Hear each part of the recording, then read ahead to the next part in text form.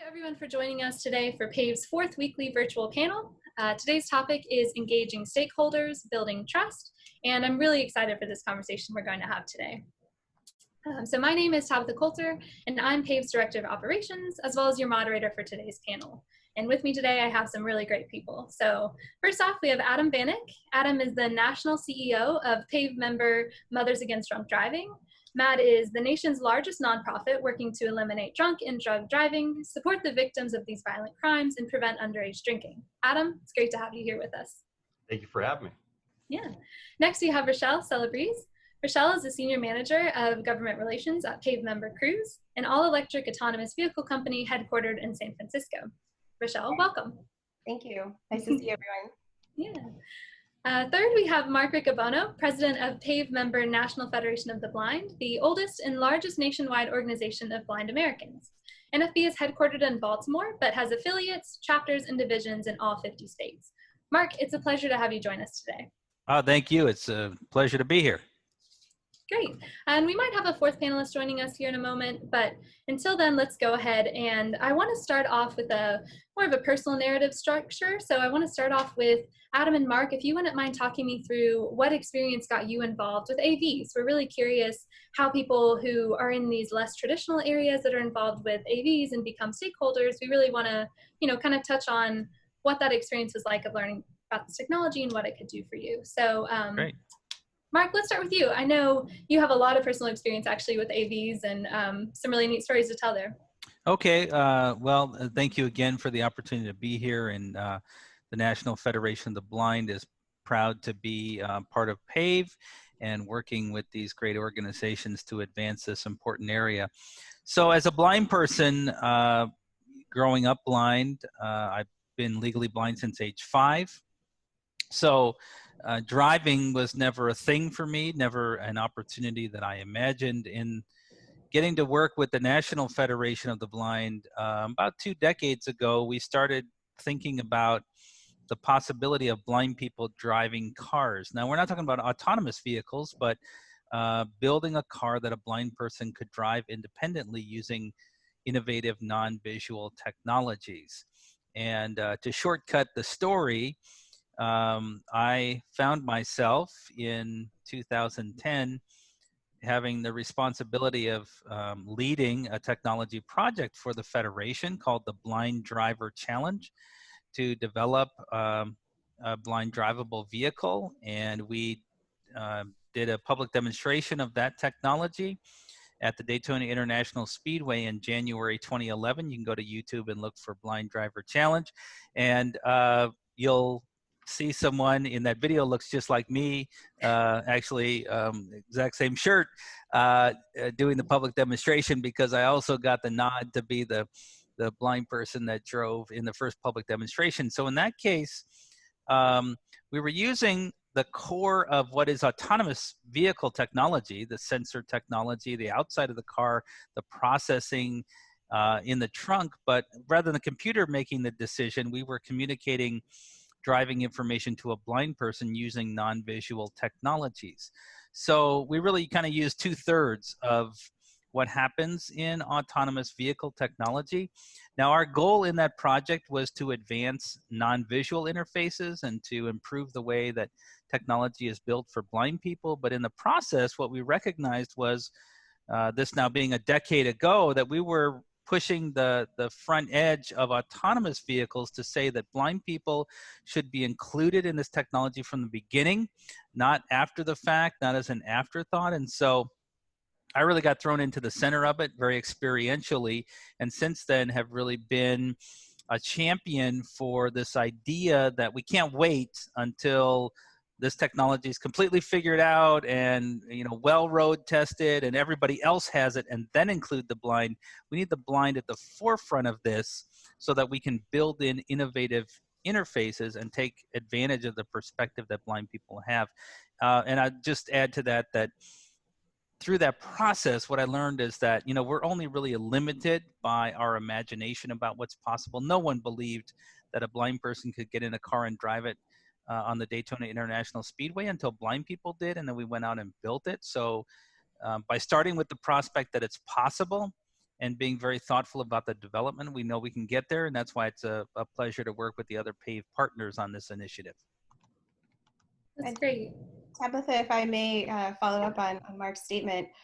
So again, I'm Rachelle Celebrezze. I'm from Cruise. We're an all-electric autonomous vehicle company headquartered in San Francisco. And I'm really excited to be here representing Cruise alongside Mark and Adam. We partnered at Cruise very early on with NFB and other members of the low vision and blind community, really taking that message that Mark was just talking about of getting the low vision and blind community in at the ground level of what we're working on to heart.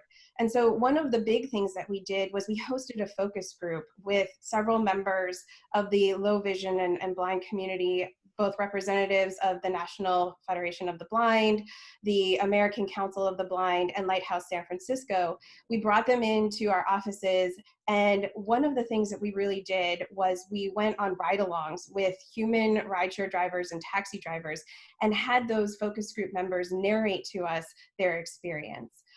The other thing that we did in order to learn, again, at the ground level at the beginning, is that we brought those focus group members in to meet with our design team. And so there was a co-design focus group where we went over a lot of different questions about, what would need to change? What would you want to see? How would things be different?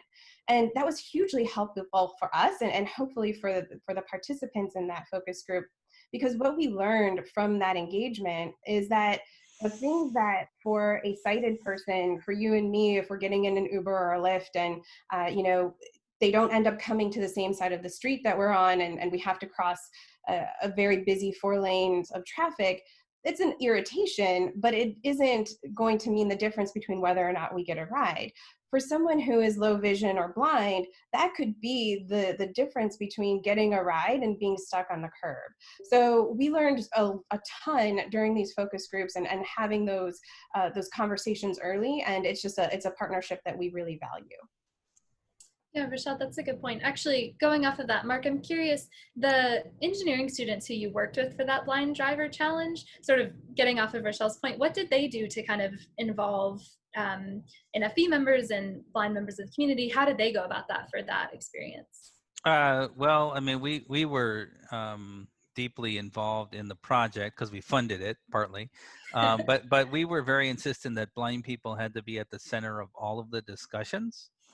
And it's interesting that the sighted engineers came with certain perspectives and understandings and bias, right?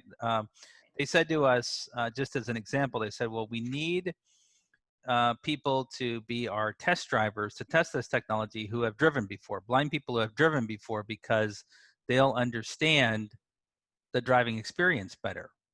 And we said, well, wait a minute, that takes into account a bias of blind people who have driven by seeing before. And in fact, what we're trying to do is get people to drive who aren't going to use their eyes. So why is having used their eyes to drive a prerequisite? And in fact, what we found out was that it didn't make that big of a difference. The difference was how comfortable people got with the technology and how they adapted to the technology, not whether they had driven before or not. So that's why blind people have to be part of the conversation. I mean, I could relay a lot of other little things that happened in the process where these sighted engineers made a decision, and we came in and said, well, wait a minute, you can't, that's not authentic to blind people. And so we changed it and got to a different place. So I think that's just, if we're going to build systems that include these people, they really have to be included, regardless of what the group is, in the discussions up front, not after it's done. Yeah, absolutely. I just want to pause for just a second and introduce our fourth panelist who just had a chance to join us. Lenore, it's so great to see you. So our fourth panelist, this is Lenore Estrada, and we'll get her name changed in just a second. She's the owner of San Francisco's Three Babes Bake Shop and one of the founders of SF New Deal, which is a new nonprofit in San Francisco that launched to help bring COVID-19 relief to small businesses and individuals hit hardest in the community. They recently partnered with Cruise to provide contactless deliveries. Lenore, not to put you too on the spot, but I was Just curious, I know your group has done a lot in terms of financial relief and providing meals to people in the San Francisco area.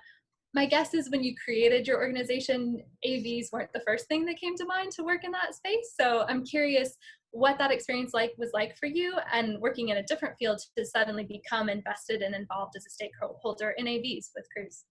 Yeah, totally. So my name's Lenore. I own a bakery normally. Cruise is actually a client of ours. So for a really long time, every time they would hire a new person, the new person would get like a little box of cookies from my bakery to sort of hand out to their new friends. So I've known about Cruise for a long time. Actually, like the two founders are friends of mine. And so I've actually, like my nephew, when he comes to visit from out of town, I always take him to the Cruise office so he can do a tour because it's so cool. So yes, when we first launched SF New Deal, gosh, that was like March 23rd was our first day. And we pretty much immediately went from delivering, like the first day we delivered 100 sandwiches. And then in 1 week, we were delivering like 18,000 meals a week.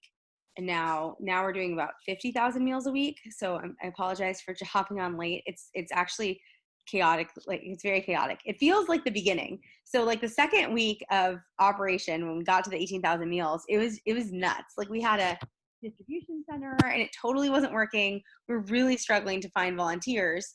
We have this like CBO partnership model as our core program. So we partner with community-based organizations that have been working within the communities they serve for many years, and they have a really deep understanding of of problems and of how to reach people. And so Mark, I really resonated with what you were saying, because solutions really do need to be centered around the people you're serving. Like they're the ones that can sort of tell you what it is that they need. And so we've really tried to just, base the solutions we're bringing on the people we're serving. But an immediate need we had was just like being able to get the food to people. So some of our chefs deliver directly, but at some point it's very hard to get delivery drivers right now. And, we didn't necessarily want lots of volunteers like coming out to handle the food more. So we certainly didn't want to have a distribution center because it's just more points of contact. And so, so we got actually Dan from Cruise. Well, one of my employees at the bakery, her boyfriend works at Cruise. And so I think he was the one that planted the seed. But Dan, who's one of the founders, reached out and said, hey, would you maybe be interested in like working with us? And it was a godsend. It really, I mean, seriously, like right now, we just launched 2 new programs. So I'm kind of like back in the weeds again, just trying to figure out seriously deliveries. So I would take more Cruise cars if there were any, but I think we're using all of them. I think they're doing like all of the deliveries that are necessary for our like core programs. But basically, when you're scrambling to try to just like coordinate people, you just can't build. And so for us, like having Cruise get on board to take care of the deliveries on a daily basis was really a win-win for us. I hope it's a win for them. Yeah, like it allowed us to just free up resources to actually grow the organization. And it's also really cool. Like definitely our chefs were really excited to like the first day the Cruise car showed up. I was just going to ask if you personally experienced any of those responses that people have had to, seeing the Cruise car. Definitely. We certainly had chefs posting on TikTok, like, about their experience with the Cruise car. They were super excited, which is very fun. Yeah, definitely. But I think for us, we see ourselves really as like a grassroots San Francisco grown organization. And so it is definitely really neat to partner with Cruise, because as we all know, like San Francisco is known for technology. And I just think it's like a cool thing that they're loaning us their cars so that we can get people meals. And at this point, we've distributed over 200,000 meals, and that's over $2 million that we've paid directly to small businesses. Like the whole point when we were starting this was just like, I knew as a small business owner that it was going to be a really long time, if ever, before government relief came. And so we just sort of sprung into action to like bring immediate relief. And so I have to applaud Cruise. Like we've also talked with some other self-driving car companies, but Cruise is actually willing to like hop in and like try to make it work. Where some others were sort of so concerned with the like the legal ramifications that they just like kind of were like, it's, I think some of the responses we got were like, it would be 2 years before we could make this happen. Which, like, you know, that's not going to work. Yeah. Interesting. So I want to, no, that's really great. I want to shift gears a little bit and give Adam a chance to talk. So Adam, I know, you know, in 2017, MAD formally added autonomous vehicles to their campaign to eliminate drunk driving. So can you talk a little bit about that impact that you all see AVs having on MAD's campaign and sort of what sparked that decision to involve AVs in your platform? Sure. In 2006, MAD created its campaign to eliminate drunk driving. But in that campaign are basically 4 prongs. And to that, it is high visibility law enforcement. It is support of ignition interlock devices. It's also was supporting a specific technology called the Driver Alcohol Detection System for Safety, which goal is to be a completely passive system where it detects whether or not you've had too much drink, and if so, your car won't start. But then our 4th prong, actually created in 2006, was autonomous, well, it was actually advanced vehicle technology. And so we've always had that as part of our prong, but it was autonomous vehicles became viable as a solution, I would say, in 2017. I mean, if you think about it, when MAD created the campaign to eliminate drunk driving, the iPhone hadn't been invented yet. And so, you know, Uber was just a pipe dream, if even that, or same thing with Lyft or other ride-sharing services. And so really in 2017, you know, the autonomous vehicle industry got to a point where it truly was a viable option, where the technology was becoming promising. And, you know, to that end, quite frankly, MAD, this is our 40th year anniversary. MAD has been, I would say, very instrumental in changing the culture of America regarding drinking and driving, and making it unacceptable to drink and drive, and then also to make drinking and driving a violent crime. But to that end, you know, we've passed all these laws. We support law enforcement to enforce these laws. But in the end, you can't legislate away stupid. And so the goal there is to take away the stupid factor from the individual. And I think autonomous vehicles provide that solution. I mean, we will get to zero, but it's going to require technology to get to zero. And that's where autonomous vehicles just have such a promising future. And quite frankly, provide an option, an additional option that wasn't there before. And I'm just excited as relatively new CEO of MAD to see how far along this technology has come, and quite frankly, where it's going. That's a great point. Adam, I actually know you participated in a PAVE panel for us last year at the World Safety Summit hosted by Velodyne. And I know you had a great point there about hope was one of the reasons why you like to attend those. And I was also just curious, could you tell us some more about your experiences when you go into those more like AV-centric spaces and you talk to engineers, you talk to the technologists from your own perspective? What is that like?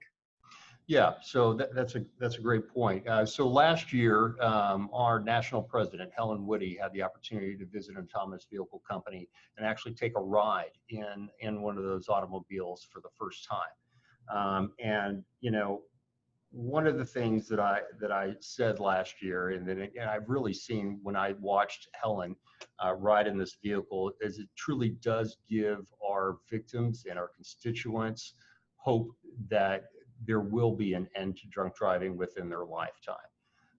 You know, before it was always a pipe dream, and it was a goal, and it was a mission. Well, now we have this technology that can actually make it happen. And so what it does for our volunteers and our constituents is it provides them with that hope that it can be not only done, but done within their lifetime, which to them is an exciting opportunity, because some of our volunteers have been with us from the very beginning in 1980. And then, of course, we have a whole new generation of mothers since then. And likewise, they too are very excited about the future. And you'll see too, what's also interesting is how once our constituents and our victims see the technology, you know, it brings, and they see how it works, the level of trust begins to grow on this technology and in this technology. And you know, especially I would say regarding our baby boomer generation that may be a little more skeptical, than our, let's say, Generation X mothers out there who tend to be more adapters of technology. I think that just plays a critical role. And so, the World Safety Summit last year was just a perfect example of all, not just the fact of AV, but the technology that goes into AV and the manufacturers that we can partner with as well in helping gain that trust too. Awesome. It's really neat. I just noticed we have a question from the audience that I wanted to direct to Lenore and Rachelle. Somebody asked, do you feel with the delivery of meals by AVs that has opened the eyes of naysayers? Sure, I can jump in first. And Lenore, I mean, you're on the ground, so I would love to hear your evidence. But I think that any time that we're able to be out in the community and interacting with our community, that helps to move the narrative forward and to provide that understanding of how the vehicles can actually, how autonomous vehicles can be part of the fabric of our community and what they can do. So I would say that if there is a silver lining to this pandemic, I think it's that you can see in real time and with your own eyes how autonomous vehicles can help to bring goods and services and meals that are very necessary to the most vulnerable in our population, and how they fit into that fabric seamlessly. And now more than ever, when we need those meals to be delivered contactlessly, that is, again, a huge opportunity for autonomous vehicles. So, in addition to the potential benefits for the low vision and blind community, for, the benefits to potentially eliminating drunk driving and impaired driving, there are also real benefits that we can provide by being part of the community in which we're served, that we're serving, sorry. Lenore, anything to add? Sorry, you're on I mute. mute myself there. Yeah, I mean, I will say I was actually kind of expecting to get more pushback, and I have not gotten any. I think actually uniformly people are very excited. Everyone I talk to is like, that is so cool. Like I don't know, people find it kind of delightful. So I was kind of expecting to hear more, like, I don't know, criticism, just because it's San Francisco. People like to criticize everything. Maybe that's everywhere. I don't know. But kind of like, oh, more tech. But I think actually people were really excited. And I mean, for us, like the benefit has been so real. So I definitely feel, very like comfortable speaking to the benefits, because it's really like enabled us to get food to like 3 times as many people than we otherwise would have. And we're serving like seriously 50,000 meals a week to people that are like food insecure and otherwise wouldn't get food.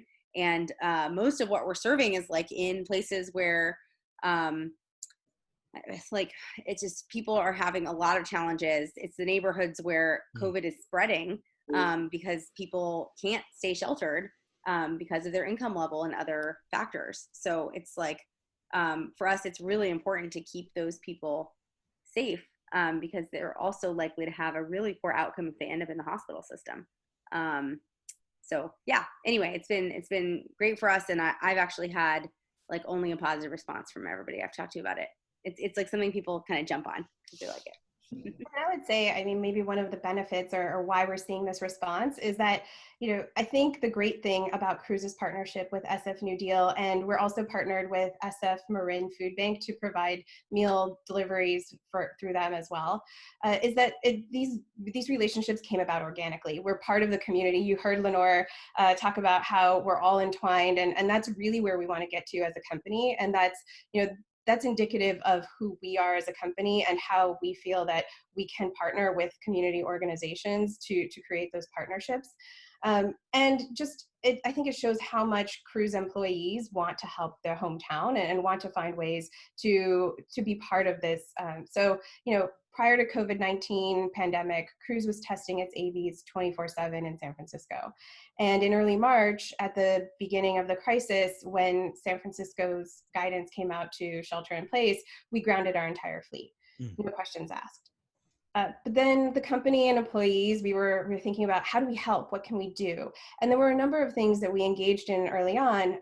But once we learned that there was this huge need in the population for meal delivery, for grocery delivery, and it was for our most vulnerable residents, we really got to thinking, how can we take what we're working on and change that and quickly move forward to help our community and really be part of that fabric. So we sprung into action and found a way to do our part to provide this essential service. But I want to be careful and point out that going into this, our top priority, as it has been from the beginning, was safety. So we wanted to make sure that we were able to do this in a way that put safety and health and of our, not only our employees and our personnel, but the general public at the forefront. I'm happy to say, I think that we've been able to thread that needle and do that and move very quickly. So in these partnerships with SF New Deal and with SF Marin Food Bank, our autonomous vehicles and our autonomous vehicle training operators who currently oversee them are ensuring that these locally sourced foods are safely packaged, handled, and delivered contactlessly to our most vulnerable residents. All while allowing the residents to stay indoors. So it's a huge feat. In a little over a month, we've managed to deliver over 20,000 meals since that started. So, going from zero to speeding up really quickly was definitely something that I think we all got some great learnings out of. But I think it just shows you how community can band together to move things forward. If I can add to that, I think it's really powerful to have real life examples, right? We can talk in the abstract about this technology and the things it can do and how we can use it, but I think it's at a time like this in COVID-19 when we find innovative ways to push things forward. And it's great that we have companies like Cruise that are stepping forward to do that as opposed to sitting on the sidelines. So I think that's one of the best things we can do to advance this technology, and the difference it can make in society is finding those innovative outside the box applications that it's one thing to talk about them. When you see them in action, it really helps you understand the power of what we're talking about. Yeah, actually, Mark, I was going to ask you, we're having these conversations about community, and the community you represent is very large and very vast and spread out. There's over 57 million Americans with disabilities, and we know that AVs have the potential to, enhance independence and give opportunity for the blind and other people. But what do you want to most see AVs accomplish for your community, and how do you want to make sure that happens? Well, the transportation benefits that AVs have for people with disabilities, especially blind people, are obvious. We're talking about a class of people that's mostly not in the driving class. But that promise only really gets fulfilled if we build these technologies to be accessible from the beginning. So we're thinking about the interfaces in vehicles. Obviously, for many people with disabilities, the built vehicle itself and access to the built vehicle, but for blind people, the issues are around the technology inside the car and how you interact with the car. And part of that gets to, what a lot of people say is, well, you'll just be able to talk to the car. And if you spend any time talking to any of your devices lately, pick your favorite one, you'll know that it doesn't always get it right. So, and there are lots of reasons why talking is a bad interface from just a broad usability perspective. So, one of our hopes is that this can be one of the frontiers where we really do thoughtfully include people with disabilities from the beginning. We think that the design will actually be better for everyone, but it will also fulfill that promise a lot earlier than, again, if we wait until some point way down the road when we decide to start building in accessibility for blind people and for all people with disabilities. We know that when we build it later, it's more expensive, it doesn't work as well, we lose all the benefits. And so our real hope is that we're included from the beginning, and that's why we're proud of the partners in PAVE that have been on board with that commitment, and others in the industry. Yeah, Mark, I know one of those such partnerships was with Lyft and with Aptiv, and I know they work to bring self-driving technology to the 2019 NFB National Convention, and had an opportunity for you all to ride in there. Could you tell me a little bit about the feedback you heard from that from attendees or anybody who was there too? Yeah, I mean, we had wide diversity of blind people who got an opportunity to take a ride in one of these vehicles. And, you know, again, it's one thing to talk about it in the abstract. And, you know, blind people are a cross section like anybody else, although they want access to technology.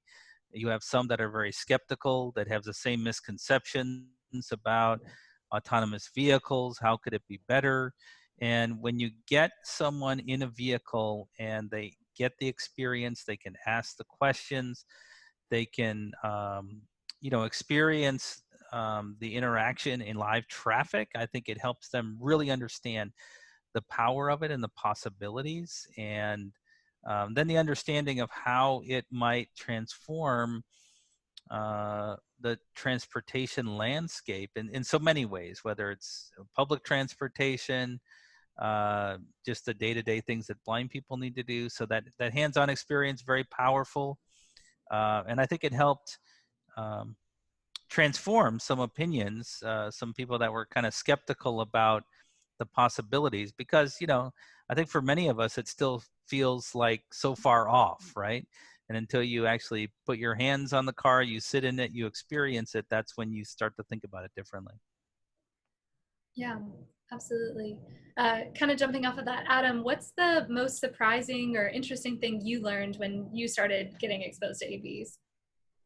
I think the complexity of it all, because you know, in order to be a viable technology, AVs have to consider all scenarios: fog, weather, whether or not the roads being traveled are painted or not, the unpredictability of the human factor regarding crossing a street or a dog running out in front of the road, or all those different factors come into play. And then when you also talk about the complexity of working with our government officials regarding the safety of autonomous vehicles and any regulations that come into play, that's a very complicated aspect of that as well. So just the whole industry itself, not only does it have a technology challenge, which of course everybody expects, but there's also the regulatory and also the public trust challenges as well. And so I really admire everything that the autonomous vehicles are doing, because it truly is a holistic approach, touching on all factors. And then, what part we can do as NGOs to help the public gain that trust, is very important. And so that's why we're here today, and that's why we're here tomorrow, is to help not only the public, but also our government officials and all the true stakeholders understand that this technology can provide solutions to all people, because we all rely upon transportation, but also too from a safety and life-saving perspective as well. So I would say I've truly come to appreciate the surprising complexity of just getting this technology to market. And if I could chime in, I think one of the things that we say at Cruise is that it's not enough for us to win the technology race. We also have to win the trust race. And that really picks up on what Adam was talking about, that it's not just getting the technology right, it's having that understanding in the community, within the public of how autonomous vehicles can really help to improve our lives. And so one of the ways that we at Cruise approach winning that trust race is through strong partnerships like the one we have with SF New Deal, like the partnership we have with SF Marin Food Bank, the interactions that we've had with the focus groups with NFB that I talked about at the top of the hour, and then also just by getting out in our community. And so one of the things that we were chatting about right before the webinar was that this past fall, I had the opportunity to represent Cruise during our sponsorship of the San Francisco Walk Like Mad.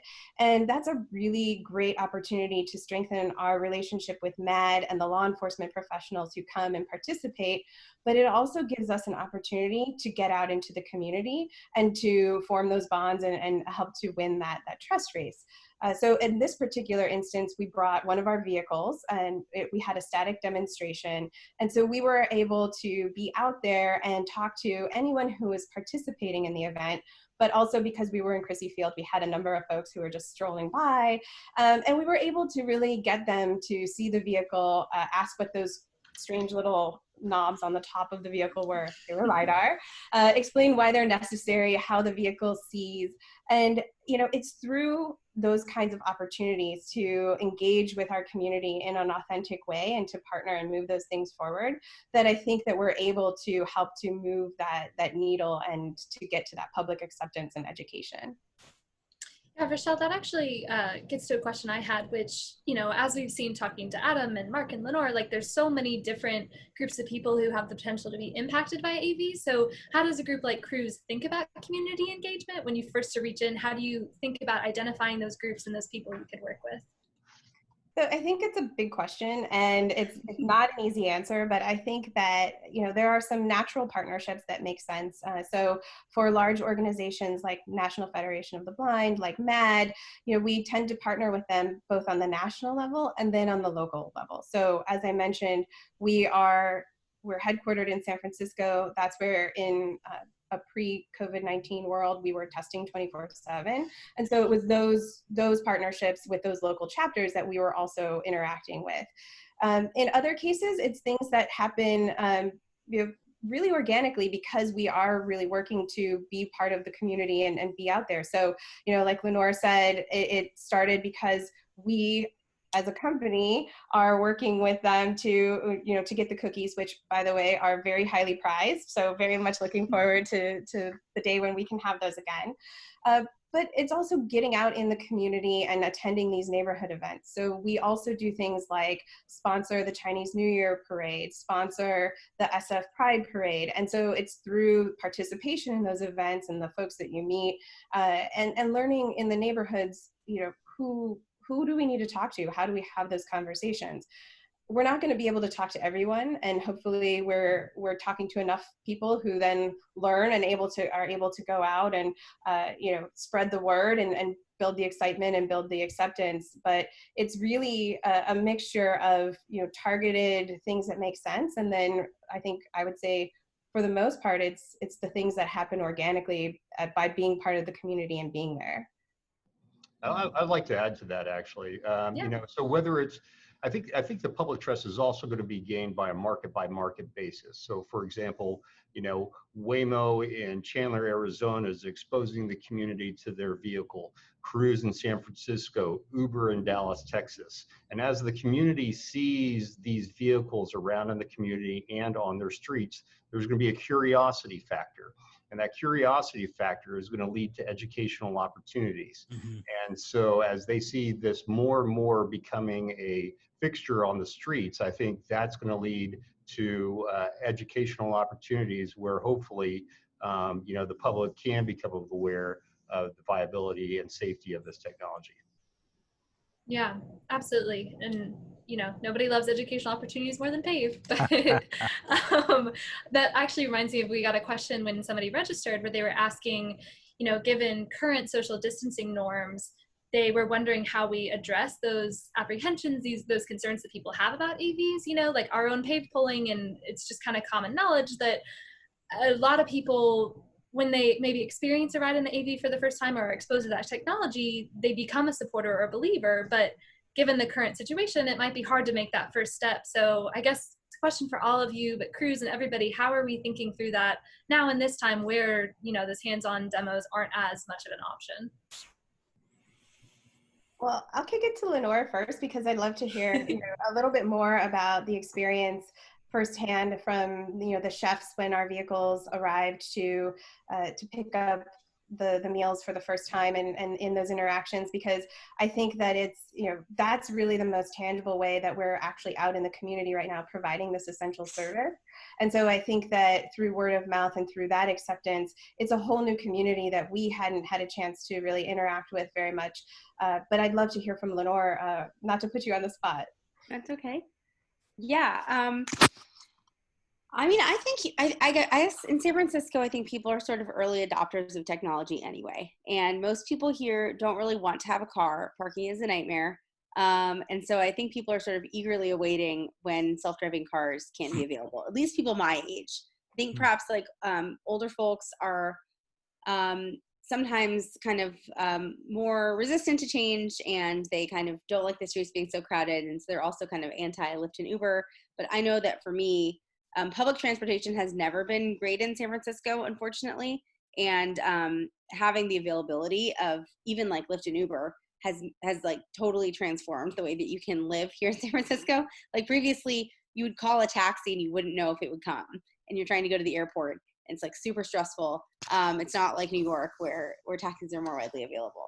So I think here, I would say like most people are sort of interested in being able to ride in a self-driving car. The chefs were, I think, just really excited because for most people, we see the cruise cars driving around, but like it seems like it's taking a really long time for normal people to be able to ride in them. And so I think here in San Francisco, at least, there's probably a lot of excitement about being able to ride in self-driving cars. And I think also, like, so many people text and drive. Like, people just cannot stop texting and driving. And so I think it's just like really necessary as a safety thing, because I think that, you know, most people out there are using their smartphones while driving, and that is very dangerous. And so I kind of think like the arrival of self-driving cars is like a regular way to transport ourselves is like can't come soon enough. You know, I'll add on to that too, and I think that's a very valid point. Well, technically, texting and driving is not part of our mission. We're focused on drunk and drug driving. We will say that impairment is impairment is impairment. And so, what, you know, and in our opinion, texting and driving is impairment. So, you know, this definitely offers a solution to that. And I was most impressed when I went to CES and this year and looked at all the autonomous vehicle technology, and likewise with Cruise's introduction of Origin. You know, it is a transportation solution that allows the rider to do things while they're in the car other than focus on the road. And so this, I think, will not only improve safety as a whole, but also to the earlier comment regarding take vehicles off the road and make it more not only environmentally friendly, but also just make it less congested as well. And so I think that's all a big part of the one big communication or transportation solution. And to add to that, you know, from the perspective of the National Federation of the Blind, you know, we recognize that 100% of today's accidents on the road are caused by sighted drivers. And so we're really excited about the technology from that perspective. Go ahead. Your question a little bit more on, you know, what do we do in a world where we're moving things virtually? I think we're learning like everyone else. You know, if you had asked us a few months ago, would we be giving a webinar in May? I don't think any of us would have thought that that was the way that these sorts of things would go. We would have thought, oh, we'll be in person on a panel in a ballroom somewhere, and that's not, you know, what we have today. So one of the things that we've been doing is really leaning into our existing partnerships at Cruise and finding ways to take those virtual. So two quick examples. We have a partnership. We were actually a founding sponsor of Human Made, which is a San Francisco nonprofit that provides skills training, classroom education, and access to advanced machinery to underserved communities in San Francisco. And obviously, in a post-COVID world, you know, being with these folks and giving them the mentorship or perhaps doing mock interviews in person isn't something that we can do. But we have recently launched a mock interview program that was virtual. And for this cohort, they expressed that this was something that was really valuable to them at this time. Not only did it give them an opportunity to get tangible interview experience, but I think that it helped to create that network of support at this time when I think we most need it. And I'll say that it was hugely beneficial on the Cruise side as well. I mean, for the employees who participated, it was an opportunity to stay connected to the community and to lean into this partnership that we already have, but in a way that's virtual. And then the last thing that I want to mention, just because I get really excited about this, for a very long time, Cruise has had a partnership and sponsored a FIRST Robotics high school team the Misfits. They're an all-female Bay Area high school robotics team. And so just last Friday, we hosted a virtual event to celebrate the end of their competition season. And the celebration allowed the Misfits to showcase their robotic virtually, their robot virtually to the Cruise community.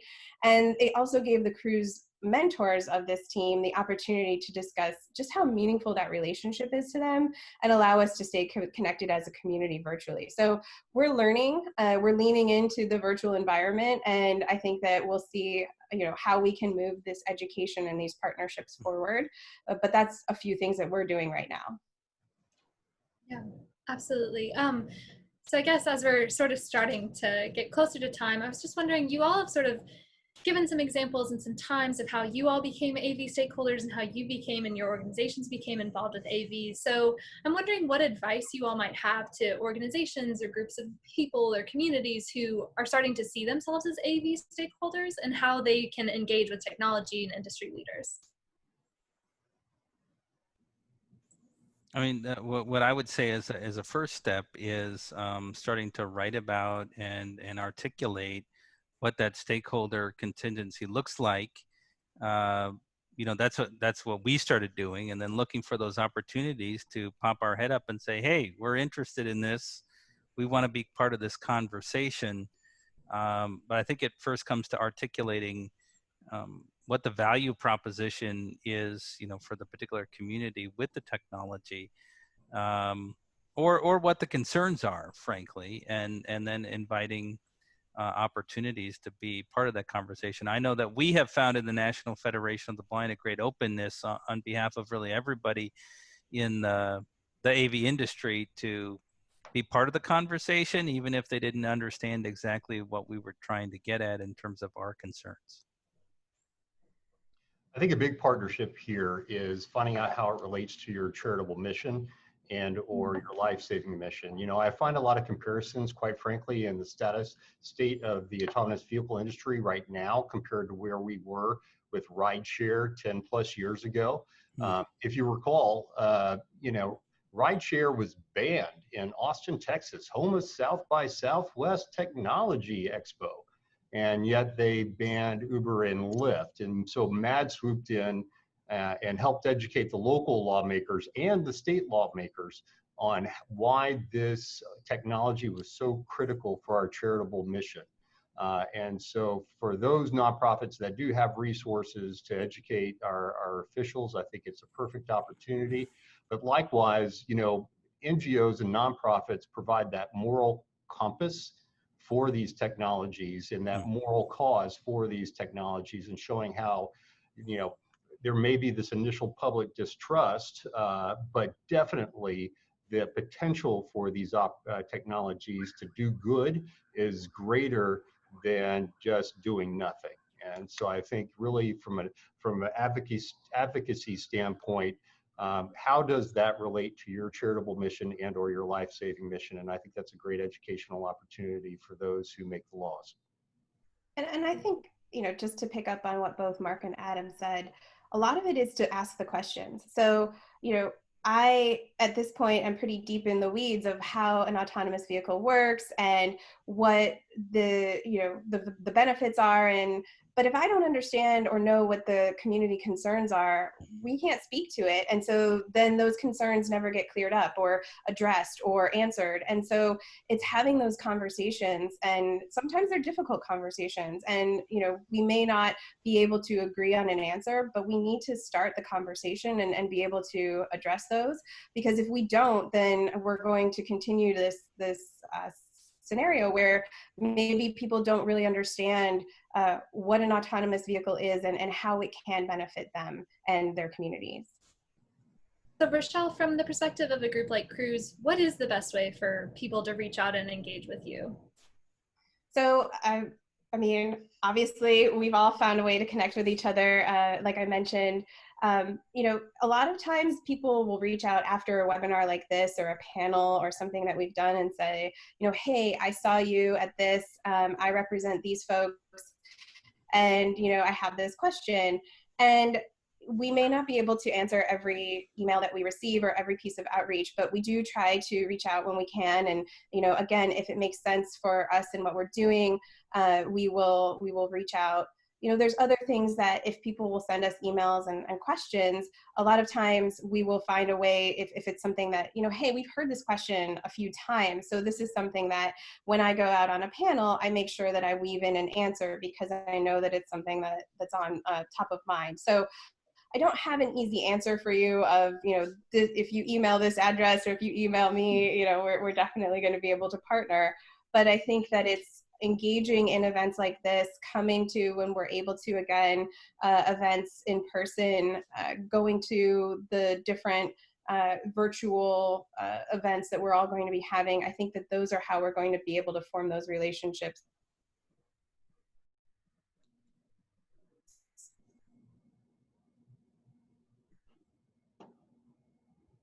Absolutely.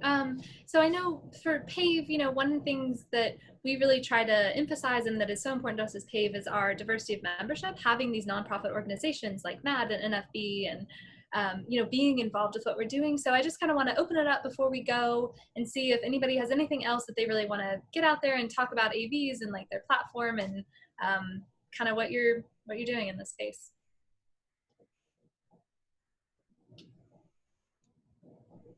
I saw a question come through chat. I don't know if it was answered earlier, but are you guys delivering meals, Cruz, in other cities too?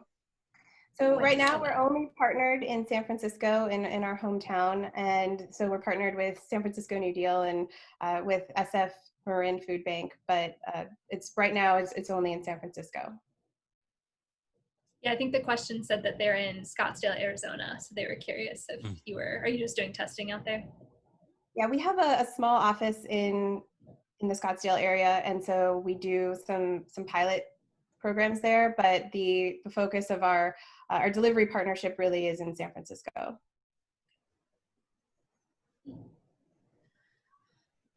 Well, if anybody doesn't have anything else to say, we could kind of be, you know, the one Zoom meeting you have this week that lets out early. So audience members, you know, we really appreciate you being here. We'll be holding a panel next week again that will be discussing big questions you have on AVs with some expert panelists. So come prepared with your questions. Rachelle, Mark, Adam, Lenore, thank you so much for being here. This was a great conversation and I think was really eye-opening to kind of see the different ways that AVs, you know, are engaged with in community groups. Thank you. Thank you. Absolutely. We'll send out information to register later this week and have a great day, everybody.